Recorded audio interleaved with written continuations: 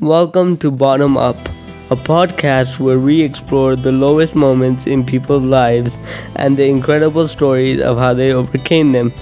Each episode, we'll hear from guests who have been through some of life's toughest challenges and have come out on the other side. From overcoming addiction and mental health struggles to surviving abuse and overcoming personal loss, we'll hear how they found the strength to keep going and turn their lives around. These stories of resilience, determination, and hope will inspire you to never give up, even in your darkest moments. So join us as we delve into the depths of the human experience and learn how to rise up from the bottom.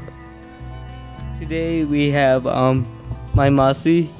She's come all the way from America.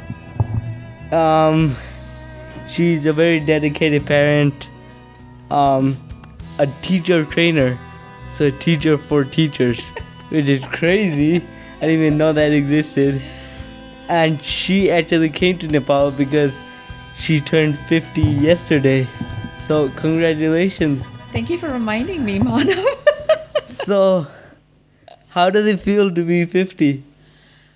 It's really weird. I think, people assume you're going to be 50, that you should have this amazing insight now that, because you're half a century old. And I just have to say, I'm sorry to disappoint you. I don't. I have just as much wisdom as I do my experience. So, but it just feels good. It feels peaceful though. Does anything feel different to you? Well, I do feel different, but I don't know if it's because I turned 50 or because I did this amazing retreat at Moksha in Nepal. So I'm thinking a lot of the change that I feel is probably due to that and not the fact that I turned 50.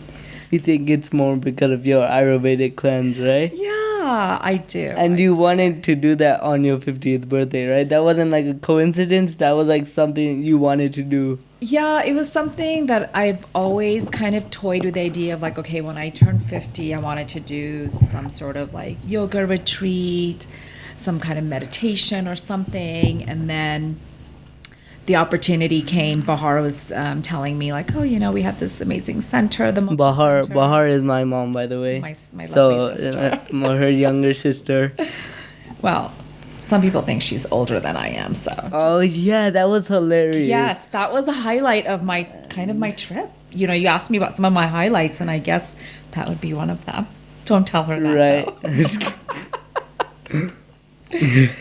I mean, obviously you did an Ayurvedic cleanse, but why an Ayurvedic cleanse? What was, what about it? I wouldn't even call it a cleanse. I was calling it, I'm going to go detox. I'm going to go do this cleanse. But I feel like I'm not even doing it a service, calling it a detox or a cleanse center. I would just say it was more of a healing center. I mean, they really do heal you from the inside out. They help you see life in more of a mindful manner. Because I think even when I was younger, I used to just think, okay, if I'm physically fit, then I feel like I can function in life. I'm mindful, I can do this, I can do that, and I'm emotionally balanced.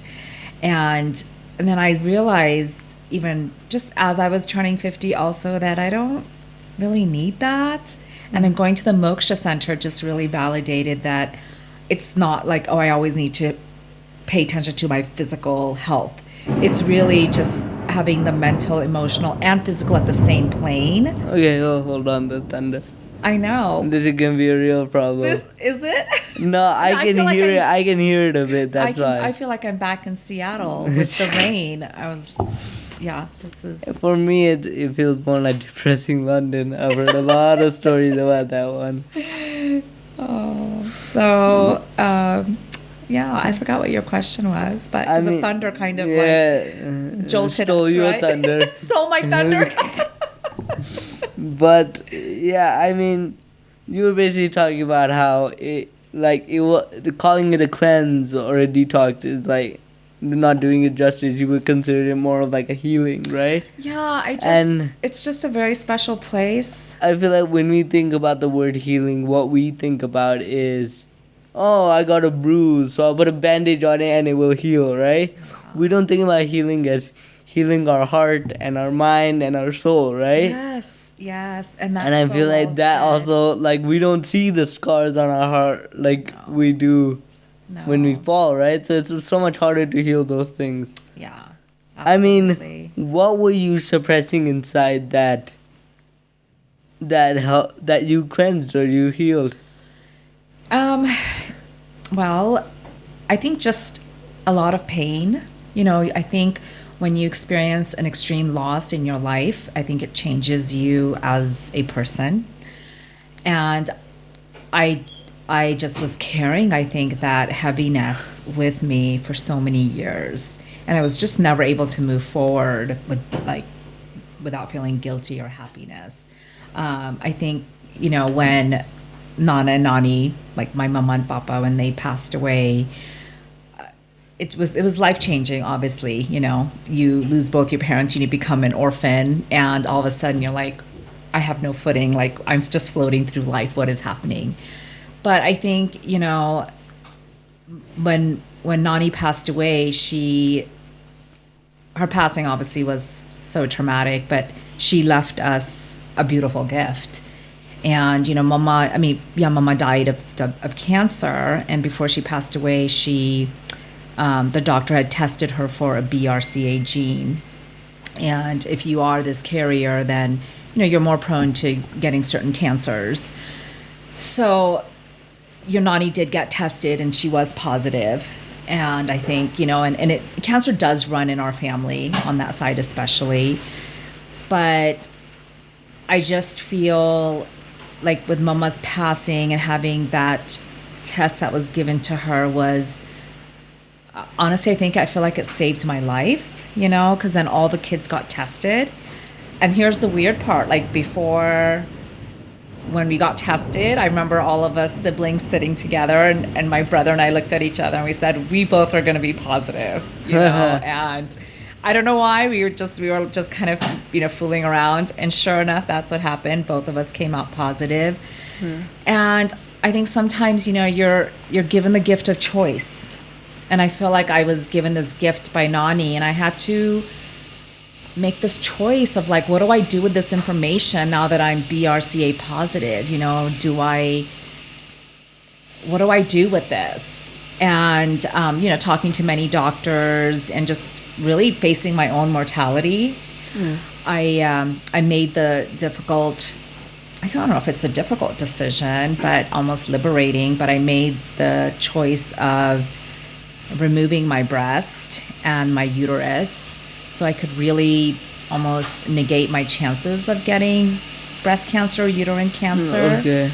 So that was for me, I feel like it was not even a choice. It was a gift that I was given by Nani, and I just really had to make a mindful decision for myself and for my family.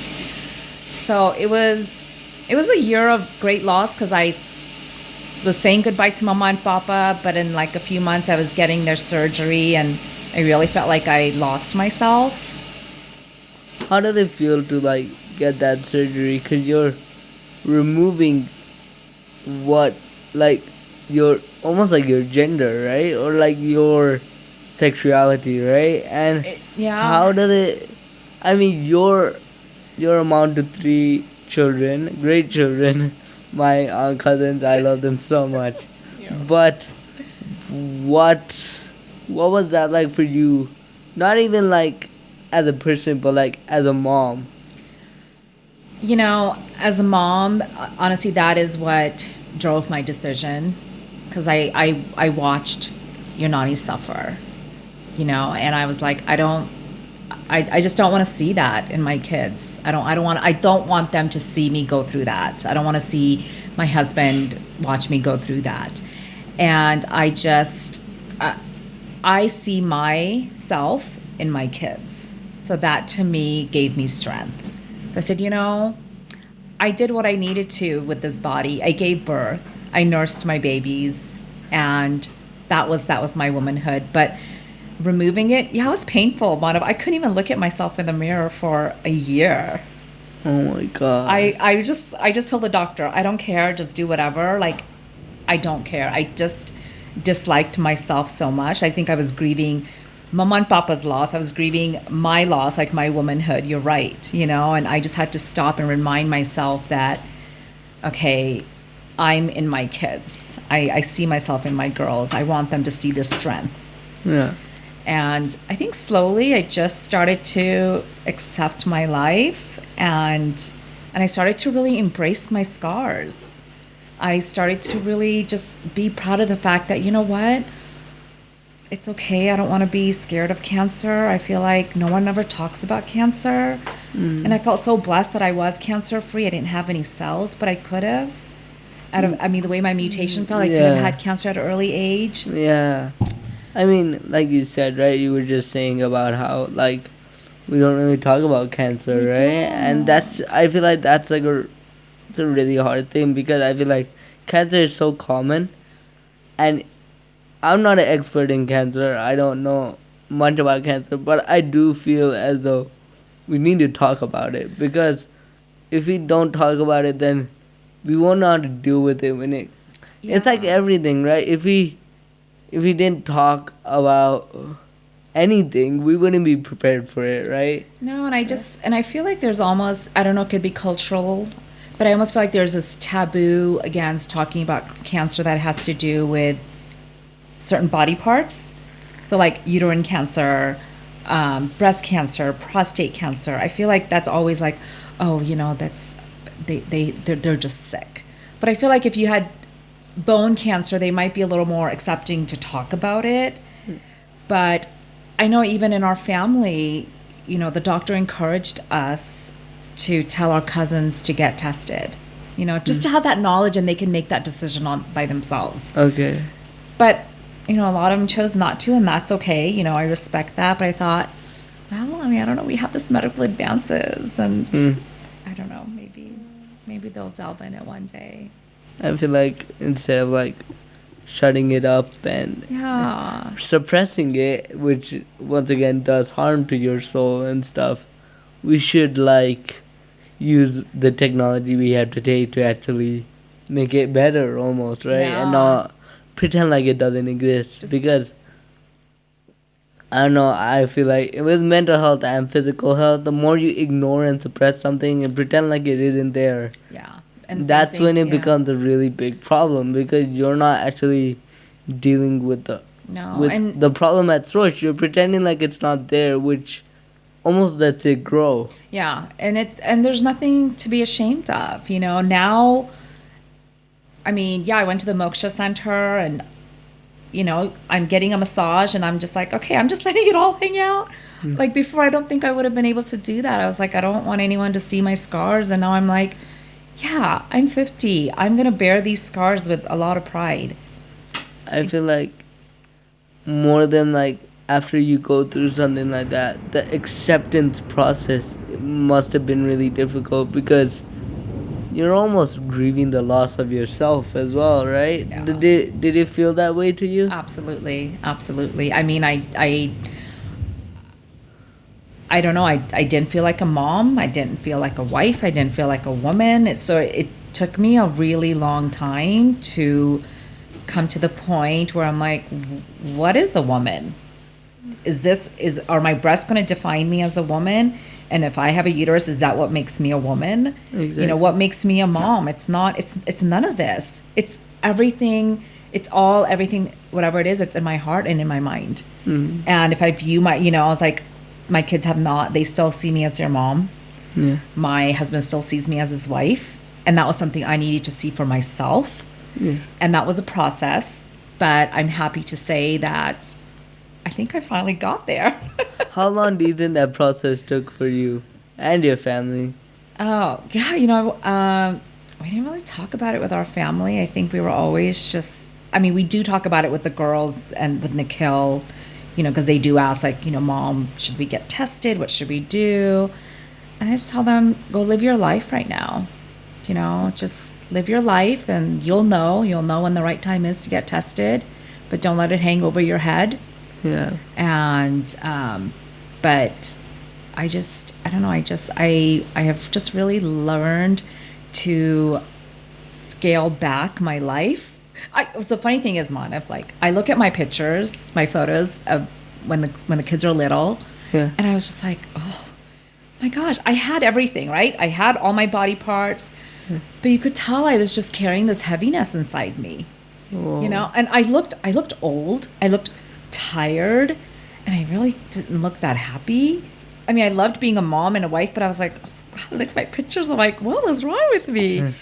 And now, I look at my photos from like being 43 and above, and I got my surgery when I was 41, and I feel like, what is happening? I feel like I started to look younger, and people are telling me like, you look like you're younger now than you were earlier. And I thought, and I do feel younger. Like, is this what it took for me to just let go of all of this so I could just feel younger, accepted? Exactly. You know, I don't know. It's And just I feel such a like process. I feel like that's really interesting because, like you were saying, like you were holding in all these things, Yeah. and now you let go and you feel younger, and it goes back to the highlight of your trip. I know. I do. And it's so funny because people are like, oh my goodness, okay, now you're 50 and you went to this amazing retreat. You must have some like really insightful messages or something to say. And I thought, no, I'm still the same person. I just, like I said, I don't have any more wisdom. It's like you going to take a shower, right? Like a long shower. And then when you come out the shower, people are like, so what did you see? I'm like, how did it feel? It's like, I just feel clean. Saw what I saw, yeah. Saw what I saw, did what I did. I came out cleaner, but the same person, exactly. But I have to admit, I do feel, I don't know. Sometimes it's like I was never like so euphoric, so happy. Like, oh my gosh, I'm so excited. Let me like do, break out into a cheer. And I was never really like super depressed or sad. But I don't know. I just came out just feeling so just flat. Peace, just blissful. Oh. Just like life is just good. Life is just good. I'm so blessed with the family I have in Nepal. I'm so blessed with the family I have in India, and I'm just like, oh my gosh, I miss my family in the US. And how many people can actually say that? I've got family and all this love everywhere.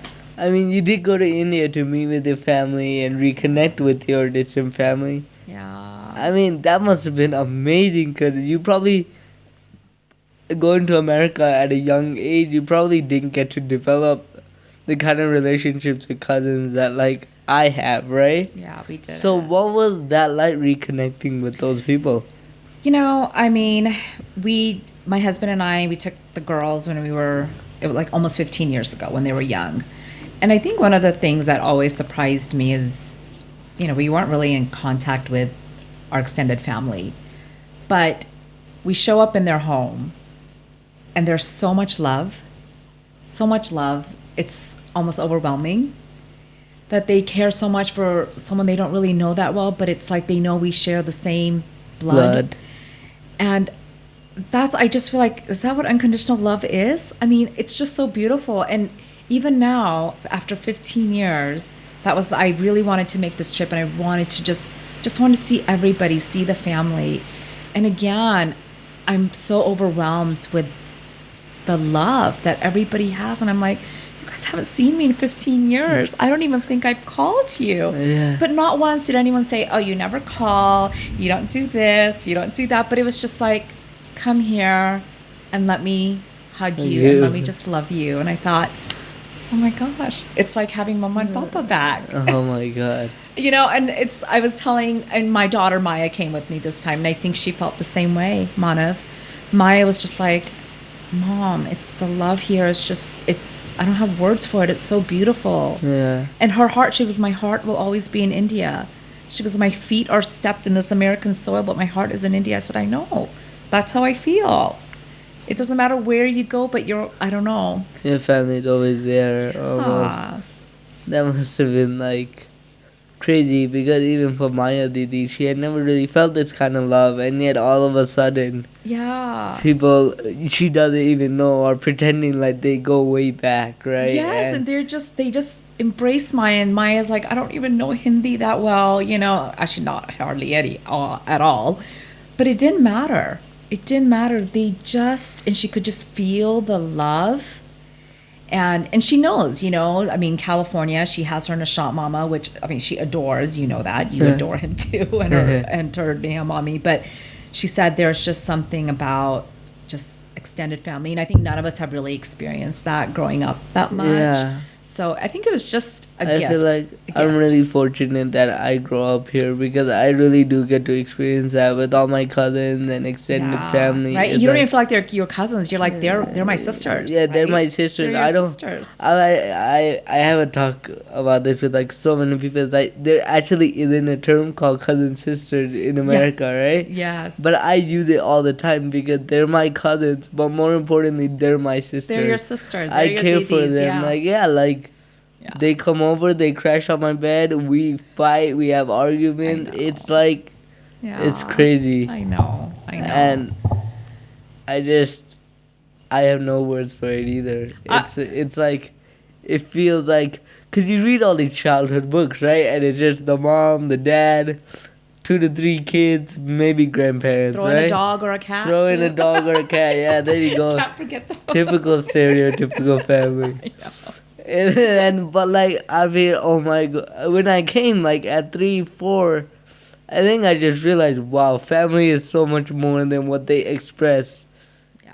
In like it's something Peppa you have to Pig. feel, right? You have to feel it in your heart to actually know it, right? Like you said, you can read all the books, you can watch all the movies, but when you're in it and you feel it, you're like, this is what it is. Yeah. This is what it is. I know. Like nothing can actually prepare you for that kind of love. It's so overwhelming and beautiful. Yeah, I know. And I was just so happy that Maya just had a chance to experience it. And she's just like, Mom, I want to come back. I said, I know. That's awesome. She's like, I have to come to Nepal. I want to see Manav and Masi and Satish Masa, everybody, and Zoya. I said, I know. I said, well, we'll make our trek one up. day, yeah. For sure. Yeah. So I mean, talking about like families, right? You're, like I said, a really devoted mother, and you care a lot about your 3 kids. Thank you. So, why do you think motherhood is like so important? Because you seem to take a lot of, not initiative, but a lot of precedence, or like you prioritize it. Well, I don't know, Manav. I think it was just an innate calling. I would talk to like our Masis and some of our aunts, and they were just like, my pet name was Chotu. They were like, Chotu, you just talked about being a mom. Like, I think when you were like, I don't know, 8 or 9. Like, it didn't just play family. I was like, I wanted a family. And so they were, they just said that's all you really wanted to do was just be married and have kids, and that was it. It was just like, that's just always what I dreamed of. So, and I didn't know that I talked about all of that even at such a young age. Yeah. And in my mind, I had it all planned out. Okay, I'm going to go to college, and I'm going to graduate, and then I'm going to get married, and then I'm going to have kids, and then I'm just going to be a mom. Yeah. And I got to do that. I mean, I would like to challenge you on one thing though, because you say you planned out your whole life, right? In my opinion, I don't think that's a great way of living life, because I feel like you just gotta live life with what it throws at you, and also I feel like when things in life are so unpredictable, and it gets more unpredictable by the day, it could be like something like an earthquake, or I don't know, you didn't get to graduate, or like you got into depression or something, right? Like, and when you have those plans set out in your head and all these great expectations, when you execute these plans and then you don't get to do it, you almost feel like, well, did I fail? Did I succeed? No, that's really interesting that you said that. I think it's one of those things where I don't know if it's like a plan or is it just a dream. You're like, oh, I'm gonna. It's kind of like, oh, I'm in high school, so maybe I'll think about going to college. Maybe I won't. Then I think I want to travel. I want to do this. But in my mind, I just had this timeline. But it wasn't like, okay, I'm 23. According to my plan, I'm supposed to be married. No, of course. Do you know what I mean? It wasn't like that. Yeah, of but course. it's like when I look back, I'm like, wow.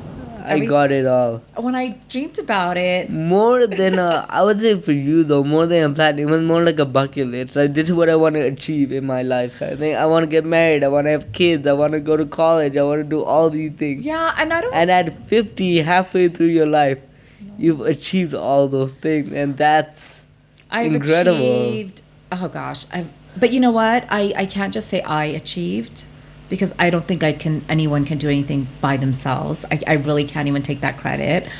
I feel like it's almost like we achieved. I wouldn't be where I am if it wasn't for, honestly, my husband. You know, he's my best friend. He really is. I mean, we get on each other's nerves, but then we're like such good friends. Like, we want to go for walks, we want to hang out, we want to go Costco shopping, we think about traveling together. And I feel like, it's because of my best friend in my life and my kids that we were able to achieve where I am at, And I think one of the things is, I don't know if you know this about me, but I'm a big dreamer. I mean, obviously, I told you at 8 or 9, I'm dreaming, right? Yeah.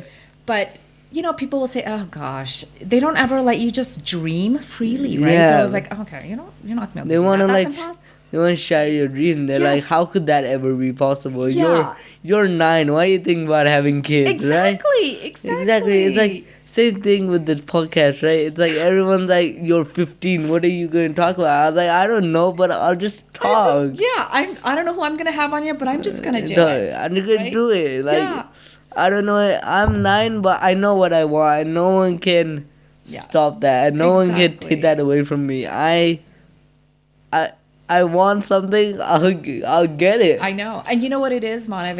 It's because, like, even for myself, I always have a dream in my pocket. Always. And the one person that has never, ever stifled my dreams is your Vimasa. I mean, to the point where Vimasa is your husband. He's my husband. Just to clarify. And my best friend. Yeah, and your best friend. But he has always been that person that literally lets me dream the entire process with me. And sometimes we will get to the point where you're like, okay, are we going to push the push button? Like, this is it. And then we don't. Like, it doesn't happen because of whatever reason in the universe, right? Yeah. But can you imagine having someone on your side that lets you dream from point A to point Z? That's it. And not once do they say, this is really ridiculous. They're just like, no, let's just think about it. And he's like, okay, what can I do? Let's see. Let's crunch out the numbers. Let's do this. Let's do that. And then in the end, through the whole process, we learned so much about each other. Yeah. And then in the process, I'm like, what? Let's kind of X that dream, but I have another one in my pocket. How about this one? Too much work, another one. He's like, so I think poor guy. I don't know what he would do if I told him, I have a dream of like buying 1,000 lottery tickets. What do you think? He might not be so supportive of that. He might be supportive of that. He'd be like, well, the probability of you actually winning the lottery or making a profit is... Yeah, he is a math guy, so he would probably be like, hey, you know what? Maybe I could support you in this. But I'm not putting up the cash. No. So, when it comes back to motherhood, you know what, Manav? I enjoy being a mom. I feel like I did really just dedicate myself to the family, and I'm so blessed that I had that opportunity. I devoted, a lot of time and energy and love into making our family, clipping their wings and letting them fly. But now I'm at the stage in my life where I'm like, I kind of just want to think about my best friend and I, what we want to do. It was always like, oh, where do we want to go eat? What will the kids like? Where do we want to go travel? Where do you think the kids will want to go? But it's like, what kind of a house should we get? What will the kids like? Yeah. And now I'm like, where do we want to go? What do we want to do? What do we want to eat? Where do we want to go? and it feels good. I don't even feel guilty. I'm just like, it's my time. And I even told the girls, I was like, girls, so you're on your own. Don't you want to know about my next dream? What's your next dream? Okay, so my next dream is Not lottery tickets. no. I Okay. don't. I actually don't even. There's too many numbers. Too I'm not many a number numbers. person at all. We can do it. Let's do it. We can do it over phone tonight. But does that mean I have to? If we win, do I have to share it? I have to share it, right? Yeah, you have to share it. Okay. Yeah, you share with her as well. Yes. All of us. Okay, we'll share. We'll all all split it of 3 us. ways. Yeah. She doesn't even know what we're talking about. So what we my next dream is, I mean, with my best friend obviously, is after Nikhil goes to college, Yeah. which will be in like 3 years, we both want to live abroad, maybe like Italy for 2 years. Oh, yeah. And I told the girls, I said, listen, I don't want to hear that you're getting married, that you want to start having babies. This is your time for your dad and I, so please. I was like, if you want to get married, you come to Italy. I was like, I'd get married in Italy. I know. I was like, That'd be great. that would be great, right? I could have a pizza stall, a pasta stall, a risotto stall, a ravioli stall. Of course, I it could have comes all back- these stalls. Oh, you forgot the garlic bread. Oh, yeah. Yes. That just sounds like Domino's now. So I told the kids, I'm like, please can you just put everything on hold for just 2 years? That's all I'm asking. Yeah. I was like, and so I'm being really selfish now, and it's okay. I feel really good about it. I feel like people who are really selfish. Can be selfish. Yeah. I mean, not even that. It's like they just forget about themselves. Like they're not a person. Yeah. And I've talked about this before on the podcast, but I saw this a lot in my grandfather. He would never care about him or his family. It was always about other people. Yeah. And at the end of the day, it was like, yeah, that's great. Always help people. I'm not saying don't help people. Yeah. What I'm saying is, you've got to also give yourself time. It's like, selfish almost has this negative connotation. Yes. Yes. And I'm like, why is it negative? Yeah, because they think it's driven by your ego, right? Exactly. But it's not. It's like, Yeah. I want to live my life, please. And I tell the kids, I was like, look, if you guys, I want to be ready for the next stage in my life. That includes, I want to be, my next stage in my life is going to be being a mother-in-law, being a nani, being a dadi, whatever it may be. I said, if you guys want me full force and be ready for that, then mama's going to take a little break. Okay. Halftime. Halftime, I'm right? 50. Halftime. That's right. It's halftime. No, they're supportive. They're supportive, I think, That's... I mean, going back to your point on, like, people don't also let you dream. Now that I think about it, I just realized, I feel like that's why kids are so addicted to, like, video games and TV shows and movies, is because adults and the new version of society don't let people dream. Yeah. So people have to hide out in these video games so they can pursue their dreams and feel what it's like. Because some people might have the ridiculous dream of being like a ninja or something, but they just play ninja games because that's how they live their dream, right? How they live their dream. I feel like, I'm not saying go get addicted to video games, and this is not an excuse to get an addiction to video games or a TV show or whatever, but I feel like the reason kids get addicted is because our society just suppresses them at a young age. Like, after 5, you're cut off, right? Like, you gotta think about realistic stuff. I think we just stop listening. We stop listening to our kids, and we have to just step back and say, actually, I learn so much from my kids. I really do. I mean, they are, I might be, training teachers, but I was just like, my true teachers and educators are my children. I learned so much from them. And I think one of the things is you just have to listen to them. Exactly. And can you imagine, like, if you just had this dream and someone just said, oh yeah, I kind of like that. Let's see, where do you think, how can we get that started? Can you imagine the process, letting it go through, and then if it doesn't happen, you're like, oh, it was fun. It was fun. It was fun. I learned so much. I feel like if I ever want to have a partner or a best friend or whatever, I want them not to be ridiculous and like support everything I say. Yeah. I want them to be real with me. I want them to be like, well, But I don't want them to be like, it's not impossible. I don't want them to have that impossible. I don't want anyone to have that impossible mind. I want everyone to be realistic and actually work it through like you do with your best friend. Yeah, I mean, but you would I think... feel like you need someone that's going to push you to do something impossible. Yeah, I think, and, I'm sure I've done this many times. Like, kids will say something and your eyes are like rolling at the back. Yeah. Oh God, okay, here we go again. I do it with my sister. I know. I do it with a lot of people. I do it too. So it's like I need to put myself in check. But I like Vijay Mas has never really done that. Like I can't tell you how many crazy dreams I've had, Mana. Like not crazy dreams like, oh, I won the lottery and I'm, trying whatever. But it's just like realistic things that I've always just kind of wanted to do. But it's just like... I feel like that's what makes people succeed. Is like they dream it and they do it. But going back to your point of like thinking these through, I think if you really want to pursue something, you can't think too much either. You gotta think it through. You can't just go in YOLO. Sometimes that works out and that's the way to do it. But you can't think too much. I mean, thinking about this podcast or going to the gym, if I had thought too much about it, I wouldn't be here. I honestly wouldn't be. I wouldn't be what really... screw the podcast, right? Like, even the gym or, like, anything. Like, if I had done so much research about the gym and the harmfulness, I would have got scared and I wouldn't have gone. And I wouldn't have met people. And then, therefore, I wouldn't have this space where we're sitting today. I mean... And even the space. I wouldn't have the friends I have and all this other stuff. And I feel like it's important to think these things through, but you can't think it past the point of Z. Exactly. Right? And you know what? And you have to think. You have to like ask yourself, am I thinking do I want to follow this with my mind or do I want to follow this with my heart? Right? Oh. So in the end, I always say, follow your heart. Because your gut, it's always going to lead you in the right direction.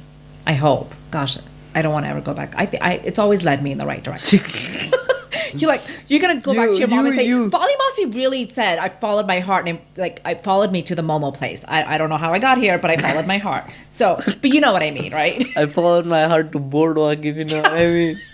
That's an inside joke. No one will get that one. Monopoly. We're all after Boardwalk and Park Place.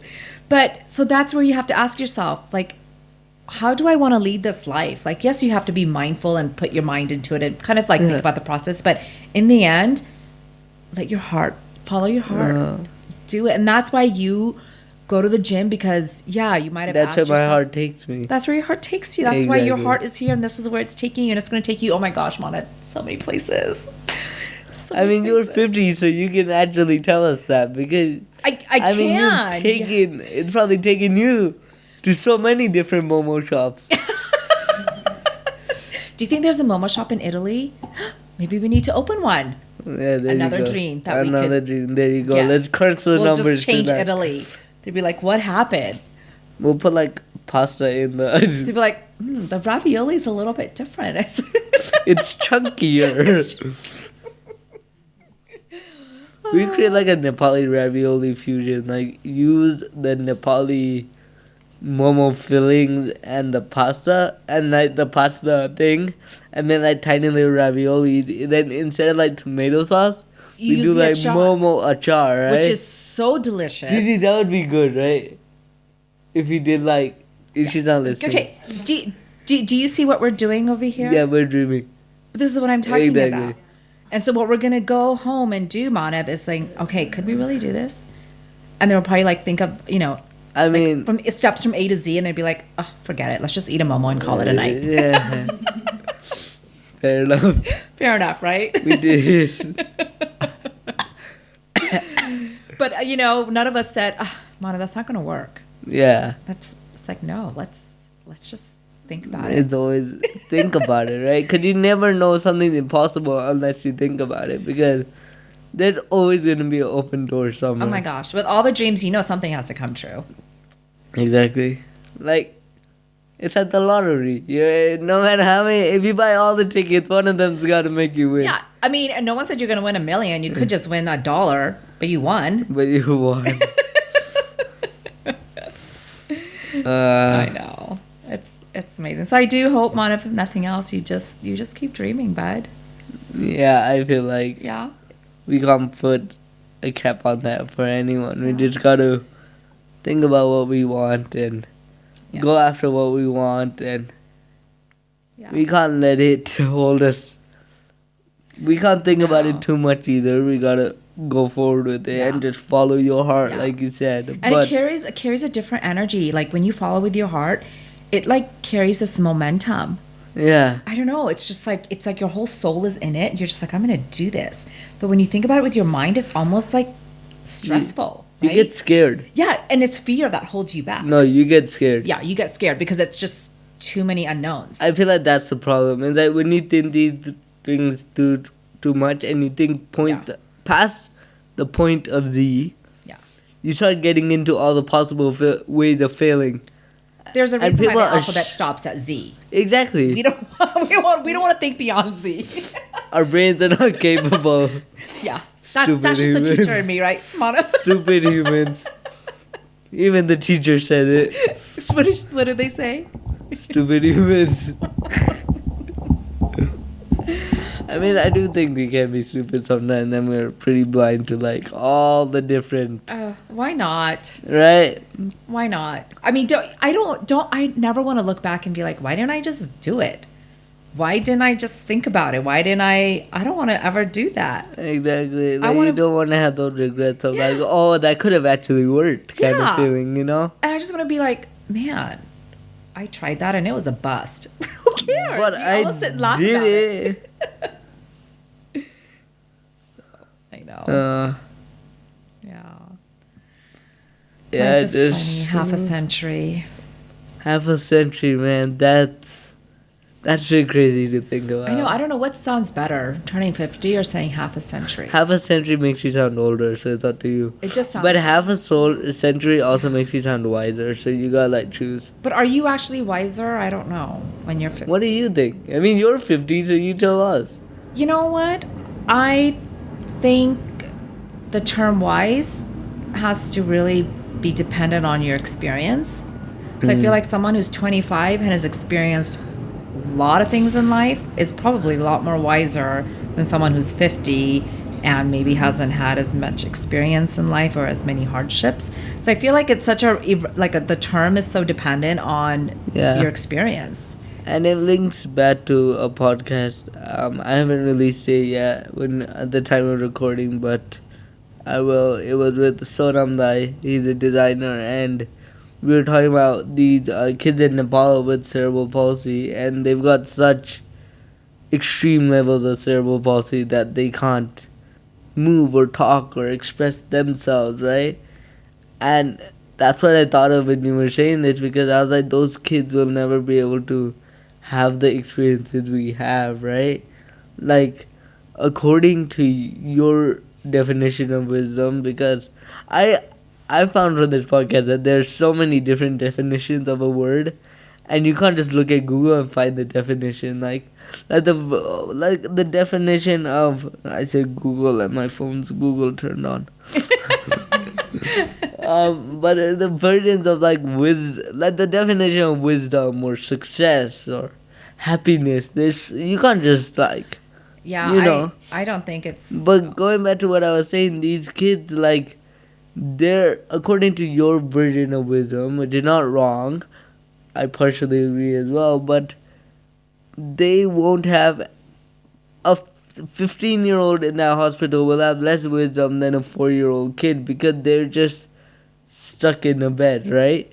But honestly, you also added on the point that they have hardships also do kind of wisdom, and those kids go through like the most amount of hardship I think anyone could go through, like more than even dying, because when you die it's over, you're done suffering, but them, they're sitting there, they can't express themselves, I mean, right? I guess it depends on, you know, where they're at, right? Like how severe is their cerebral palsy, but again, it's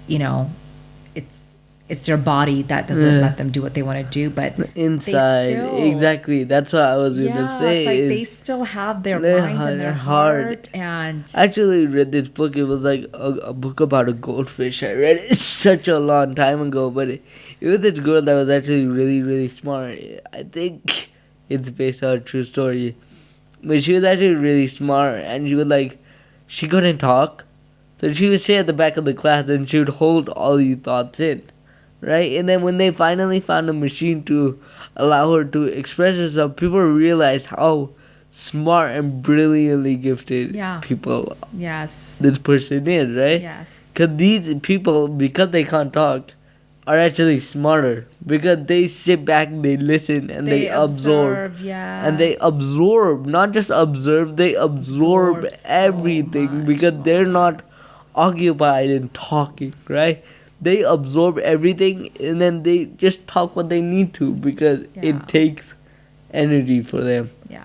And I feel like we don't realize that sometimes. We think the smartest person in the room is the one with the biggest mouth, and that's coming from a big mouth.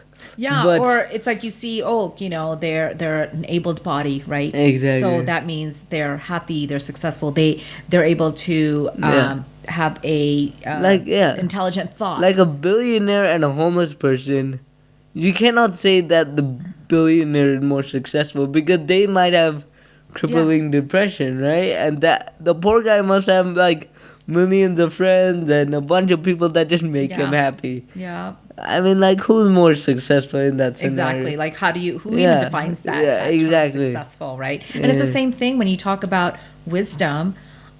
I mean, I don't know. I feel like maybe a 15-year-old might even have way more wisdom than I do.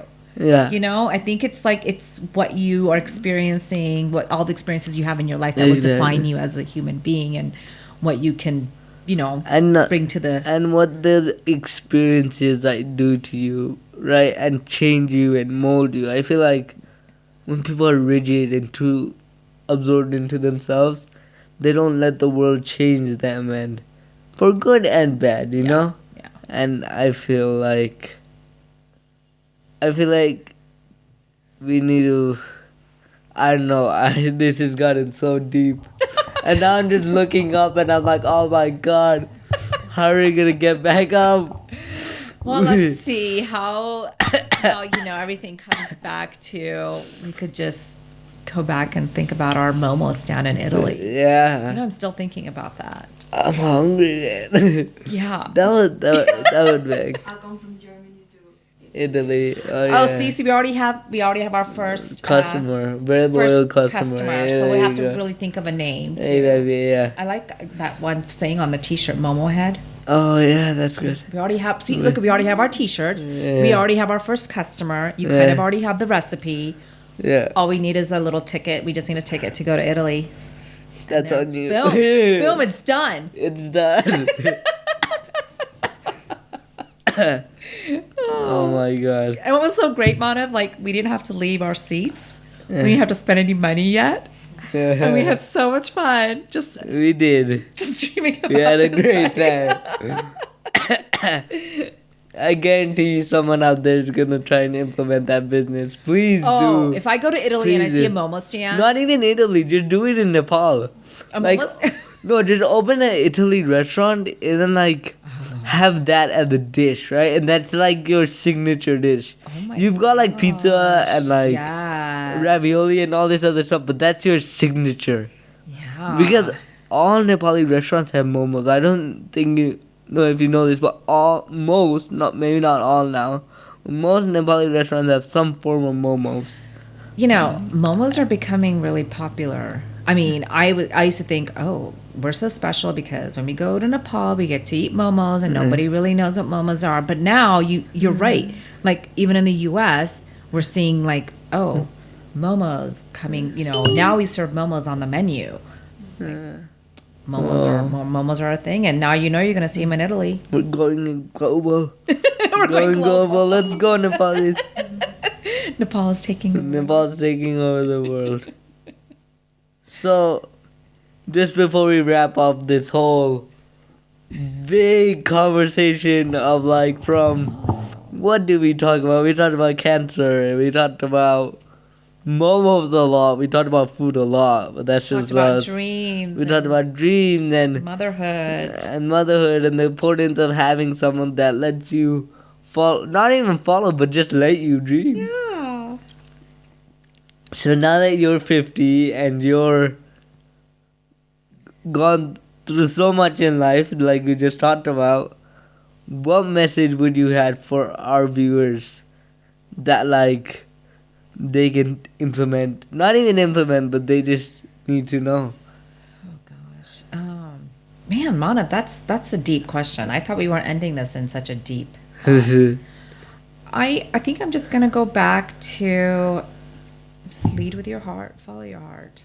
It's always gonna lead you in the right place, whether it's in your personal life, professional, doesn't matter. Just lead with your heart. Can never stray. Go wrong. Can't go wrong. Right. Thank you so much for coming all the way from America. Oh, Mona, this was such an honor. This was I have to actually awesome. thank you. This is so awesome. I mean, when I heard you were coming, I was like, we've got to do this.